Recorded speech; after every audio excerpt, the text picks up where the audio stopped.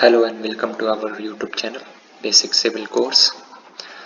और मैं स्टार्ट करने जा रहा हूँ बिल्डिंग ड्राइंग एंड डिज़ाइन, जिसमें कि सबसे पहला टॉपिक हम देखेंगे ecological principle in building design.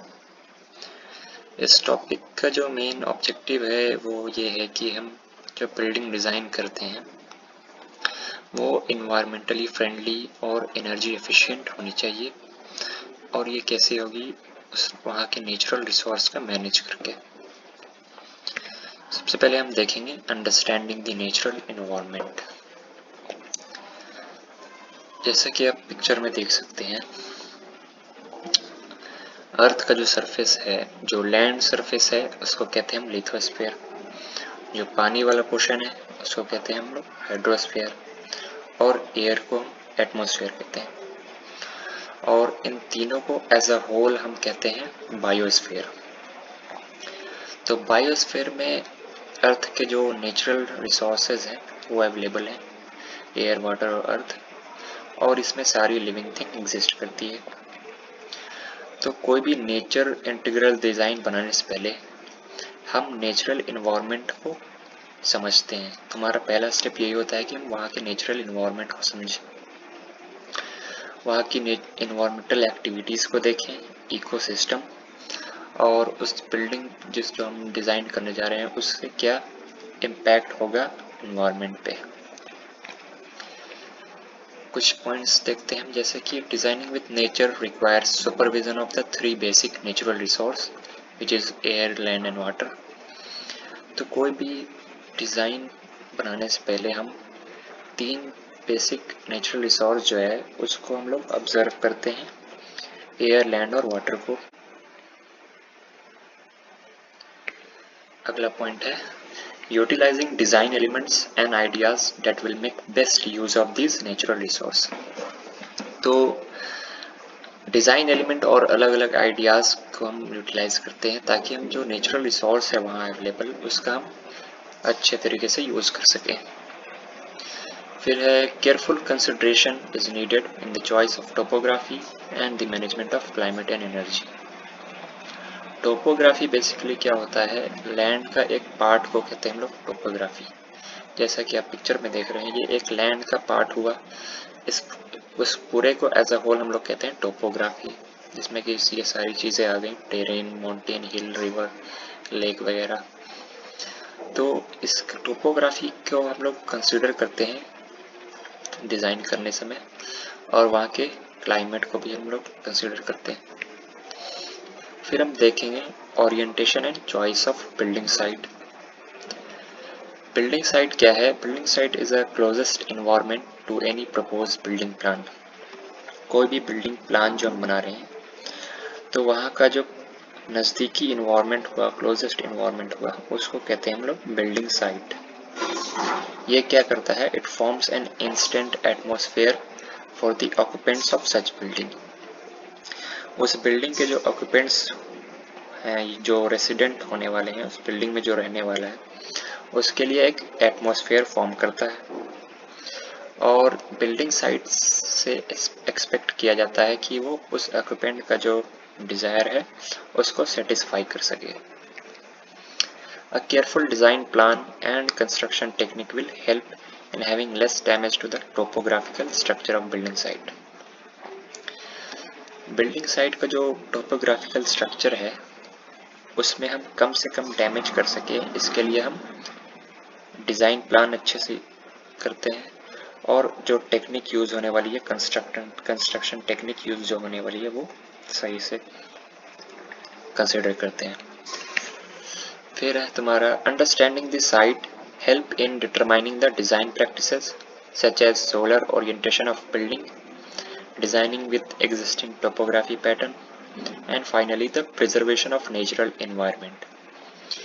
तो साइट को हम लोग समझने से क्या होगा, हम साइट को समझने से कई सारी हेल्प मिलेगी, जैसे कि हम उस बिल्डिंग का सोलर ओरिएंटेशन कैसे रखना है ये हम समझ सकेंगे, और उस बिल्डिंग को ऐसे डिज़ाइन कर सकेंगे ताकि वो जो भी टोपोग्राफी पैटर्न वहाँ पहले से एग्जिस्ट कर रही है उस हिसाब से हम बिल्डिंग डिज़ाइन कर सकेंगे। और फाइनली वहाँ का जो नेचुरल इन्वायरमेंट है उसको प्रिजर्व कर सकेंगे। फिर आते हैं डिजाइन विद क्लाइमेट। तो क्लाइमेट क्या है भाई? Climate is an inevitable member of nature. Inevitable कहने का मतलब है अनअवॉइडेबल, जिसको हम अवॉइड नहीं कर सकते हैं। And its effect sometime are unpredictable. Climate का इफेक्ट कभी कभी अनप्रिडिक्टेबल भी होता है।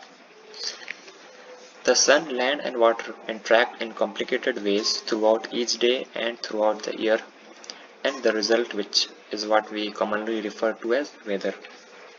सन, लैंड और वाटर जो है वो हर दिन हर साल अलग अलग तरीके से इंटरेक्ट करता है, जिसका रिजल्ट हम लोग वेदर के फॉर्म पे देखते हैं। These interaction produce daily as well as seasonal temperature, humidity and wind pattern. ये जो इंट्रैक्शन होता है सन, लैंड और वाटर का, इससे क्या होता है? डेली अलग अलग टेम्परेचर प्रोड्यूस होता है, ह्यूमिडिटी प्रोड्यूस होती है और अलग अलग विंड पैटर्न प्रोड्यूस होता है, और ये वेरी भी करता है अलग अलग लोकेशन के हिसाब से।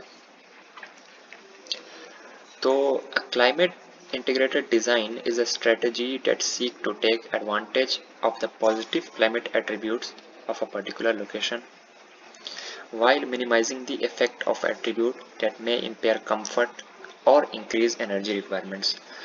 तो क्लाइमेट इंटीग्रेटेड डिज़ाइन क्या है? एक स्ट्रेटजी है जिसमें हम क्या करते हैं, उस पर्टिकुलर लोकेशन का जहाँ हम बिल्डिंग डिज़ाइन करने जा रहे हैं उसका, उस लोकेशन का पॉजिटिव एट्रीब्यूट जो है उस क्लाइमेट का, क्लाइमेट की जो पॉजिटिव एस्पेक्ट है उसका हम लोग एडवांटेज लें, और उसका नेगेटिव एट्रीब्यूट जो हमारे कंफर्ट को नुकसान पहुंचा रहा है उसको हम मिनिमाइज कर सकें।